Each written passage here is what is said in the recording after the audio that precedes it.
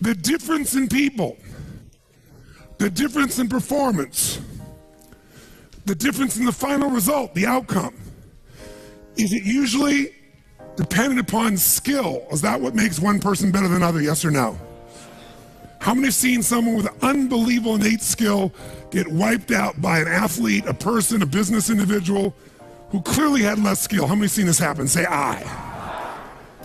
It's our ability to maximize.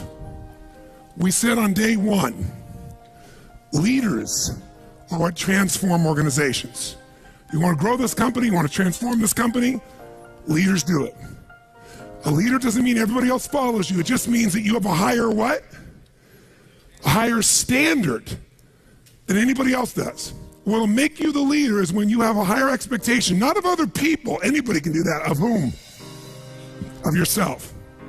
So if you want to know what does it take to take things to the highest level, what's going to take to change my business permanently, not temporary, you can go home and you can install some of these strategies, skills, tactics, tools, insights, and see a significant change. But if that change is going to be a lasting company of value that keeps growing, then the things you've learned here have to become the standard for your organization, not something you did for a period of time. Whenever you look at somebody and say, why are they more successful than anybody else? It's always because of step one, they've raised their standard. If you go back home and you want to change your life in any way, personally, professionally, or your company, as boring as it sounds, as stupid as it sounds, you might say, I spent all this time, this energy, this money, and you're going to tell me to raise my standards? Yes. Because even though that's not sexy, it is the only thing that creates lasting change. You can go on a diet and you can lose weight, but what will that person eventually do? They'll go where? Back, unless they raise their standard. Now that sounds so trite and stupid and positive thinky or old school, but the truth is it's the truth. So maybe I can language it in a way that's more compelling to you or more simple. What does it mean when we say raise our standards? It means you turn your shoulds into musts. The difference in people is that they turn their shoulds into musts. The things that you used to say I should do, you do your shoulds when it's convenient, when it's comfortable, when it goes your way. But when something is a must, not to other people, but a must to you, do you find the way to get it done, yes or no? Yes. So the difference in people is what's their must, or another word for that is what's their standard. Every person in this room right now, our bodies are a reflection of our physical standards. They are not a reflection of our desires. Most people have a desire for more energy or a better body or a stronger body or a more fit body. We don't get our goals, we get our musts. The ones that are the musts become how you are. And guess what? It shows up in your rituals. When it's a must, you have different rituals, different things you do consistently when you must have your body a certain way than you should or you'd like to or you want to. How many follow what I'm talking about here? Say I. So whether we want it or not, the only way to change your body long term is change what the must is for you. Now, I'm not telling you what it should be. Who the hell am I? I'm just saying maybe it's time for you to take a look. Because many times you set the standard a long time ago, or you lost the standard completely because most of us base our standards by our environment. Who you spend time with is who you tend to become. So if everybody around you is gaining a little weight, or everybody around you is, constantly tired, after a while, even if you had high energy, you don't want to make fun of them or tease them or make them feel bad. So gradually, subconsciously, you lower your own standard just a little bit. And that little bit is that old metaphor, overused but true. You take a frog and put him in boiling water, what's he going to do? Jump right out. But if you put him in and turn the water up real slowly, over time, it'll boil to death. That's most people's lives, isn't it? And it's usually because you haven't remembered the power of who you spend time with. Who you spend time with is who you become. So one of the things that's great about this 5 days is you found people from all over the world who are all absolutely committed to go day and night, night and day, literally, sometimes with food, sometimes without, but whose standard was, I am here to maximize who I am, what I'm about, what I'm going to take home, what I'm going to create. That raises your game. Remember, play against somebody you're better than, your skills are going to go down. Play against someone better than you, just to stay on the court, the game has to go up. Want to change your life? Raise your standard. Want to raise your standard the most? Get around where it's better. Surround yourself with people playing the game much higher than you are. So just to be around them, your game has to rise. That's part of what we try to do. When we come into a company, we create that by raising the standard amongst them. Or you got to do it by yourself, but you got to do it. How many agree with me on this? Say aye. And it starts with whom? It starts with us. So raise the standard. I remember when I met Michael Jordan for the first time, and it was while he was still with the Bulls. And I asked him, I got a chance to do some coaching, a bunch of people, and I think I introduced him because of this. And I said, Michael, I said, how is it you do this? I mean, you're the best that's ever lived at this stage. Got to ask the same question of Wayne Gretzky. And interesting, Wayne Gretzky, I'd read someplace and he gave me the same answer. I asked him the same thing. You're not the fastest. You're not the strongest.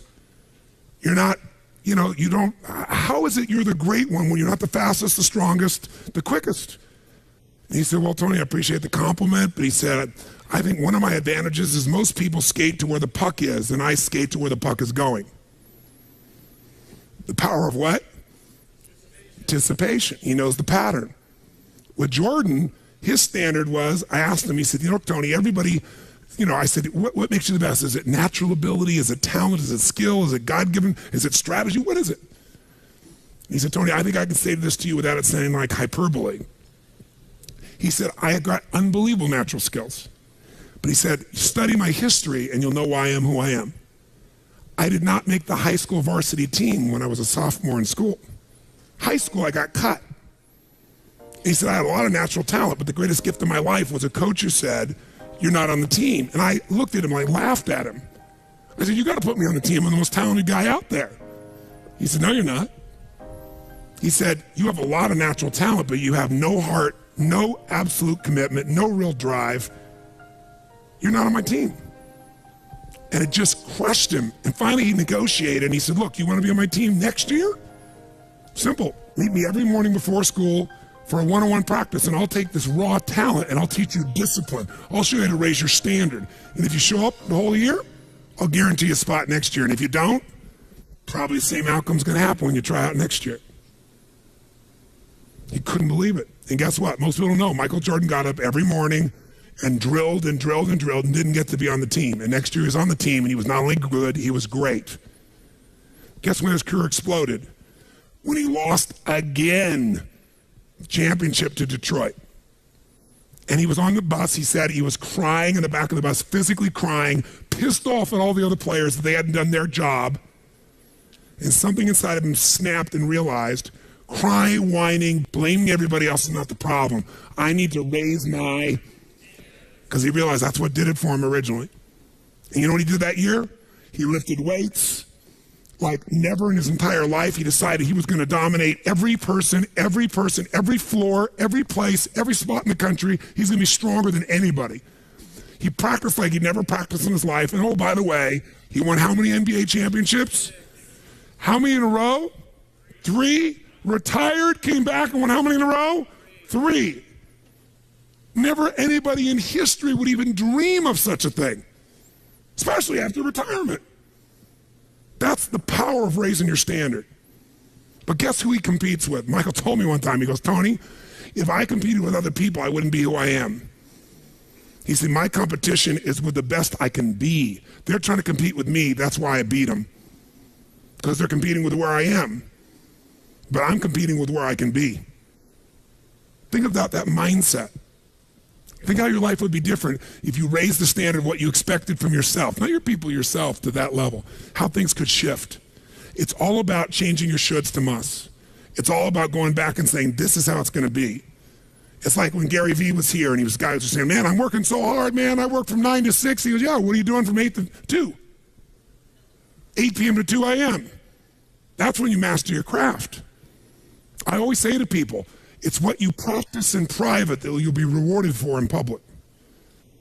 People say, oh my God, you have this great ability, this great skill. They didn't see all the hours. This class, this course, I know tons of this stuff like the back of my hand. But if you talk to my team who's exhausted, they'll tell you we're up to 4 a.m. almost every night. To be able to figure out how to provide for you a life cycle and get it to be real so you can think about Nike and give you accurate information about when did they really get to young adult, when they fall down. We had to make phone calls, read financials, do all kinds of stuff. We did all that stuff. We were doing all these things and we've accomplished so much, and I figured out how to make it even better. That level of commitment is what makes you great at what you do and gives you that little edge that makes you stand out from everybody else. And that standing out is what makes somebody absolutely own an industry or brand themselves like nobody else in the world. That process is what this is about. Raise your standard. When you got to go home, you got to say, where are we going to raise the standard? What am I going to take that's been my should and make it absolute must? Where are we going to do that as a team, and how are we going to pull it off? Now, who here has ever, by the way, your income right now is a result of your standards as well. It's not the industry and it's not the economy. Who here is making more money today than you made 10 years ago? Let me see your hands. How many feel like it's not enough today? Let me see your hands. And how could that be? Real estate's so cheap now. Computers are cheaper than they were then. You get so much more for your money. Because once you achieve a level, who knows what happens? You immediately, you close the gap, you create a new gap. That's because that's what makes us grow. Who's want to go back to where you were 10 years ago? Not many. Some of you would be, because it's gotten worse in the last 10 years for you. But the majority of you, there's no way. See, once you're fortunate enough, if you don't like cleaning house, once you're fortunate enough to have somebody clean your toilets, you will not be doing that again. Unless you like that. You'll find somebody who loves cleaning toilets and you'll pay them handsomely. Because now to go back and do that, once you've had the privilege of not having to do that, it's a different game. It's a gross metaphor, but who gets what I'm talking about here? Say I. Once you have a must, you find a way to get to it. Every one of you in this room is earning what you must earn, not a dime more. Don't get me wrong, you might have big goals, big desires. It's not a must for you. Because even when the economy crunches, if it's a must, you will find the way. How many agree with me on this? Say I. See, when it was a must for me to get at one level, I did. I remember it was a must for me to finally make $1 million a year. I had my son Jarek going to be born. I swore I would never have a child unless I was financially set, and I wasn't financially set, and he was on his way. I went from $38,000 a year to making $1 million a year in the next 12 months. That was all BS. In my head, I thought all my growing up, all the pain was because my parents fought because there was no money. They would have fought anyway. Because I believed that, though, I raised the standard and made it happen. And then I made $1 million a year for 7 straight years. Even though I built 5 more companies, even though I was helping more people, I made the same amount of money. Guess why? That was my must. At some level above that, seemed greedy. Now, it wasn't like I had this incredible lifestyle. I owned a magical home. I had this place called the Del Mar Castle overlooking the ocean in Del Mar, California. But I was on the road, staying at the Ramada Inn in Milwaukee, with shag carpeting and smelly, dead animals on the wall on my birthday. And my maid, she's back at home in the castle going, "Oh, Mr. Robbins, happy birthday. Oh, I can't help thanking you. It's so wonderful. Oh, Mr. Robbins, it's so beautiful here. I was sitting out in the jacuzzi overlooking the ocean. Oh, yes. Oh, I've lost 22 pounds. I can't tell you. It's been so amazing. I get on your Stairmaster and I watch Oprah. I love your gym, Mr. Robbins." And I'm thinking, she's got a multi-million-dollar lifestyle. How many can relate to this in some way, right? So I went from 38,000 to $1 million because I changed my income. It became an absolute what? It was nothing about money. It was about growing. Because I knew to make more, I'd have to help more people. I'd have to expand. And I came with this goal. I wanted to feed all the people in San Diego that were homeless. First, my goal was 1/3 of the homeless people. And then my goal was everybody. I said, if I can go from 38,000 to $1 million, I should be able to go from $1 million to $3 million in 3 years, and I did it in 12 months. I found the why. I found the reasons. I got a different RPM.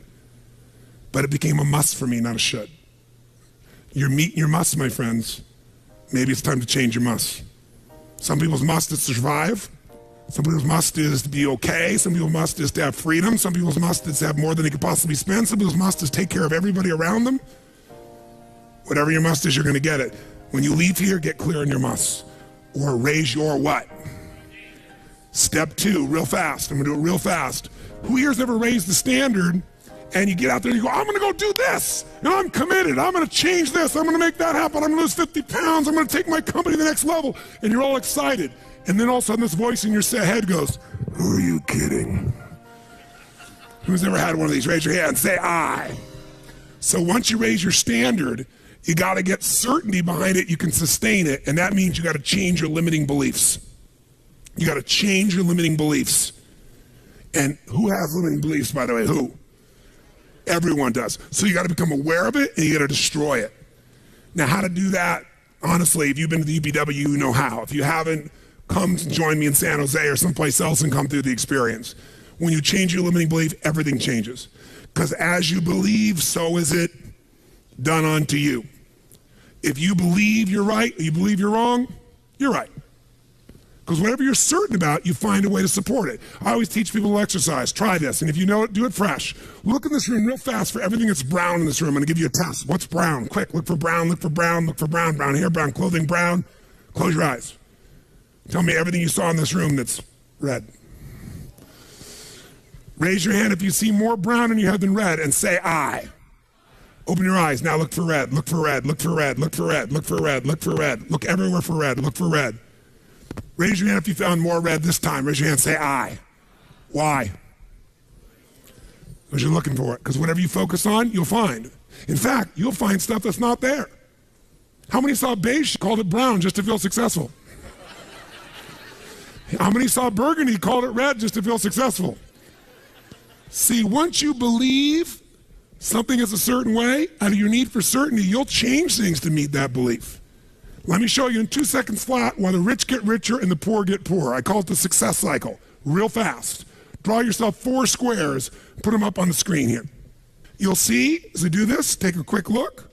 You'll notice you've got the word potential up in the left-hand square. Up in the right-hand square is the word action. Bottom right is the word results. Bottom left is the word belief, or another word for that would be a sense of certainty.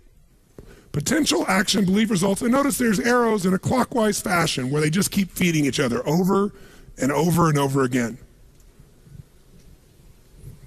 So again, it's potential, action, results, belief, or another word for that would be certainty. Now, did you ever notice how rich people tend to get richer and poor people to get poorer? And I don't just mean rich in financial terms. I mean people that are rich emotionally. Do you ever notice how happy people tend to get happier? And depressed people tend to get more depressed? How many have found this to be true? Say I. It's because the power of momentum and what I'm about to show you. So let me show you something here. What's the potential of any human being? You tell me, quick. Unlimited. Do most people's results reflect that true potential? Yes or no? No way. Why? Because most people aren't taking enough what? But is it possible to take a lot of action and still get lousy results? What if you got a salesman that works for you and they walk out and they knock on 100 doors and they say, you wouldn't want to buy anything from me, would you? Or they don't say that verbally, but they say it non-verbally. Is that going to affect their results? Yes or no? So it's not enough even to take enough action, because when we believe it's not going to work or we're uncertain, does that affect how much of our potential we tap? Yes or no? See, if you don't think it's going to work, you're not going to put out a bunch of your energy when you think it's going to fail. And by the way, when you're not sure, you tap little potential. Do you take little or a lot of action? When you're not sure, when you think it's not going to work, you take massive action or little action? Now, when you take little potential with little action, what kind of results do you get? Little lousy results. And when you get lousy results, what does that do to your belief? You go, see, I told you it wasn't going to work. Told you it was a waste of time. And then, by the way, when you have less belief, how much more potential do you take? More or less? If it's possible, you tap less potential, more or less action. Less. And what happens to your results? They get even what? And now that you got worse results, what's that do to your belief? And by the way, now you see the current economy. Isn't it true? Everybody out there is going, oh my God, the results are so bad, it's going to get worse in the future, so I better pull in my horns, there's less potential, so I'm not going to push as hard. I'm not going to take much action. Oh my God, I'm getting lousy results with little potential action. Oh my God, it's going to get worse. That's what creates a recession, depression, whatever you want to call it. How do you change that? By the way, can it work the opposite direction? What would happen if something inside you gave you so much certainty inside of you that you felt absolutely certain that recession was your friend, that the worst economy for you was the greatest time on earth, that all you had to do is manage your state and apply your fundamentals and immerse, stay coached so you don't get off target, keep taking action, and you could own your business and you go to other people's businesses. How many believe that, by the way? Now say I. When you have that kind of certainty, are you going to use more of your potential when you go home or less? Which one, my friends? Are you going to take less or more action? When you are certain and you use lots of your potential with massive action, what kind of results do you get? Massive action gets massive results. What kind of belief do you get now when you get better results? You go home, you use your core story. You go home and you take one of these techniques, you get a different response. You go home and you stimulate a new source of profit or income. You go home and you add a service. You go home and do anything. And it works. Your brain goes, yeah, it works. Now, by the way, at Home X, we went in there, thank God we went in there, because they took our stuff and it looked like it wasn't working. You remember that? Because some people there didn't want the change to happen. So we had to dig in and find out it was working. We knew you can't take action, you can't sow that seed and reap nothing. So we uncovered what was really going on. You're gonna have to watch for the same thing, depending upon the size of your organization. But bottom line, when you get great results, belief gets stronger. Now you're totally certain. Are you gonna use more or less potential, my friends? Which one? More. You're gonna take even more what? Get an even greater what? Even more certainty. And now what happens to your business? Boom, boom, boom, boom, boom, boom, boom. And now you have a different momentum. And so your economy does not have to reflect the economy. You get to create your economy. You get to decide whether you freeze to death or ski or snowboard. It's winter, but you can have the best time of your life. It could be a sunny, beautiful, magical time. But what you got to do is you got to manage this process. In order to do it, you got to change your limiting beliefs. And this week has been about doing that by giving you so many tools and examples that you'll be immersed. But I promise you, when you go home, all this is going to be tested. A, because all the stuff that's waiting for you after being gone for 5 days.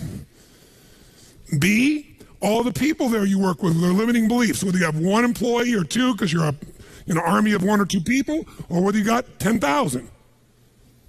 And so you have to be able to implement. This, by the way, is, I'm not here to sell you, bring us in if we can help. Do you think we could help? Yes or no? Yes or no? Bring us in and we'll do it. Or get your team together and find a way to make sure this momentum goes in the right direction. Make sense? Yes. This is the must. If you have this high standard, but you don't really believe because the momentum's in the wrong direction, having the tools will be worthless. That's where certainty. That's where everything else we teach, that's what I do in my events, that's where you guys have been there before, that's what you got to bring to the table. What are the 5 keys for integrating this? Number 1, you got to go home and raise your what? Come on, guys, raise your what? Which means turn your shoulds into. Step number 2, you got to go out and change your limiting what? Find anything that's limited you and destroy it. What's the fastest way to destroy it? You can do it very quickly by producing the results in your mind over and over again. Or, why do you think I get people to walk on fire?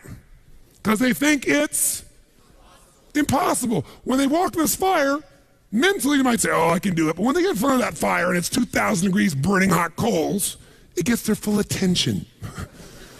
And suddenly they have a state change. And when you get yourself in a state where you can storm through fire, it's not about fire walking. The state you're in to get yourself to walk across fire is the metaphor for anything that used to stop you, the fire of your life. And by the way, when you cross fire and you're on the other side doing something you once thought was difficult or impossible, it's that easy, your brain goes, what else can I do that I thought was impossible? It's unbelievable. It's not intellectual, it's emotional. Plus, after firewalking, cold calling is not a problem. You get the idea, ladies and gentlemen? All right? So what we're really talking about here is changing your beliefs. Now, here's the 3rd key. If you're going to get maximum results, you got to model what works. We brought you for 5 days and nights here, models of what works. Go back and get them. Now, here's where the challenge is. How many got tons to do in your normal list of things to do when you go home? How many got a lot to do? Say I. How many have a lot of outcomes you got to go after? Say I. How many have the same amount of time you had before? Say I. So in your business, if you need something to get done, you get it done because it's an absolute what? Or you hire someone to get it done. Hire us, hire someone else, get somebody inside. But are these things you're going home with musts or shoulds? Which one? Do whatever it takes. You say, I don't have the money. You don't have the money not to. Forget us. Hire somebody as an individual who knows what they're doing and put them in there. Leverage yourself. The only way you're going to get the game bigger is by taking a little bit of what, my friends? Risk, but that means get yourself some resources. Be resourceful enough to get the resources. What's great about this? What is this opening? What is this creating? What's possible? What have I not seen? This is going to make me see. What have I learned from this? What can I learn from this? What am I willing to do to still have it the way I want it? That's the fourth step. You intensify, and you innovate. And then there's the final fifth step. And that fifth step's really simple, my friends. And that is step up and give. Step up and give more than anyone else could possibly expect. The ultimate transformation happens when you stop trying to get and you start to give. Whenever you're at your best, you're giving. I remember so vividly driving in my car, my Volkswagen Bug, and I was struggling, and I was 19 years old. I was driving on a freeway in San Gabriel Valley, the 210 freeway, I'll never forget. And it's midnight, and I'm frustrated. I felt like I tried everything. I had these big hits, like the one you just saw, and nothing was going my way. And I was frustrated, and I kept thinking, how come I'm not getting what I want? And all of a sudden, it just hit me on the freeway. I pulled over the side. It was almost midnight, no cars really around. Grabbed my journal, and I wrote, and I still have the journal to this day from when I was 19 years old, full page, and I wrote, the secret to living is giving. And I realized why I wasn't doing well. Because I all focused about what I wasn't getting.